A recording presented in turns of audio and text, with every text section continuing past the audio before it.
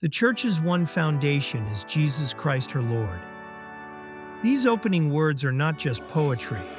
They are a bold declaration of faith, written in a time when the church itself was under attack. The writer, Samuel John Stone, was a humble Anglican priest in England, born in 1839. He was a man of deep devotion, shaped by a love for Scripture and the care of his parishioners. But his ministry was shaken by a storm of controversy in the 1860s.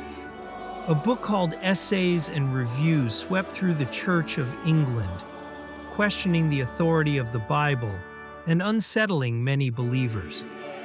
Young Samuel Stone, burdened by this crisis, turned to the Apostles' Creed as a guide. Line by line, he wrote hymns to defend the timeless truths of the faith.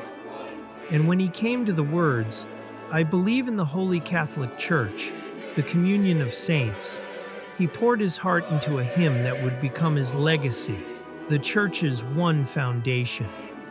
The hymn is anchored in Scripture.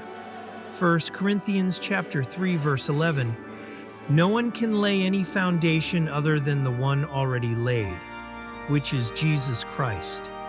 And Ephesians chapter 2, verses 20 and 21, "Built on the foundation of the apostles and prophets, with Christ Jesus himself as the chief cornerstone." Listen to how the lyrics unfold. The church's one foundation is Jesus Christ her Lord. She is his new creation by water and the word. Stone reminds us that the church is not a human institution. She was born through Christ's sacrifice and the new birth given in baptism.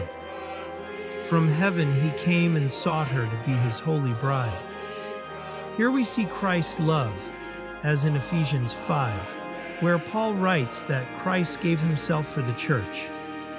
The hymn celebrates that sacrificial love.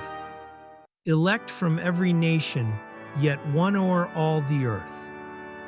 In these words, Stone proclaims the unity of believers across languages, cultures, and nations. Though scattered, the true church is one.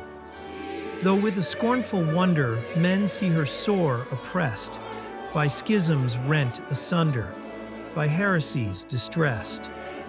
Stone did not hide the struggles of the church. He had seen the wounds of division and the ridicule of the world. But he also confessed that even in trial, the church endures, because her life comes from Christ, not from man. And then the hymn lifts our eyes to eternity. Yet she on earth hath union with God the three in one, and mystic sweet communion with those whose rest is won. What a picture of hope. The church militant on earth is forever joined to the church triumphant in heaven. We are one body, across time and eternity, united in Christ. This hymn has echoed through the generations.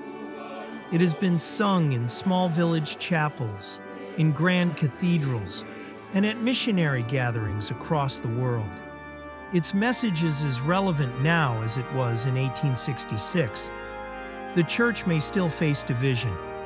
Believers may still endure persecution. But the foundation remains firm. Christ is Lord of his church, and he will never forsake her. So when doubts rise and storms rage, let us remember, the church's one foundation is Jesus Christ her Lord, and he will preserve his people until the end. Amen. Thank you for watching Story Behind the Hymns. If this hymn blessed you, please subscribe, like, and share your thoughts in the comments. Together, let's keep these songs of faith alive for generations to come. Amen.